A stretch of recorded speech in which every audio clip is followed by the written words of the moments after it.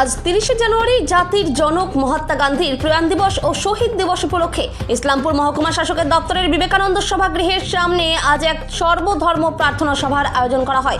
এদিন বিভিন্ন ধর্মের প্রতিনিধিরা এই সর্বধর্ম প্রার্থনা সভায় উপস্থিত ছিলেন।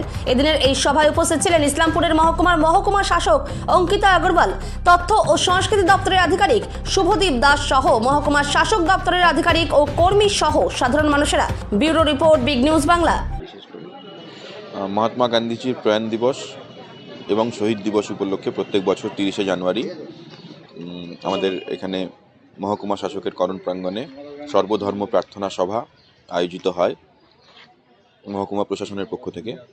সেই প্রার্থনা সভায় আজকে আমরা যোগদান করেছিলাম।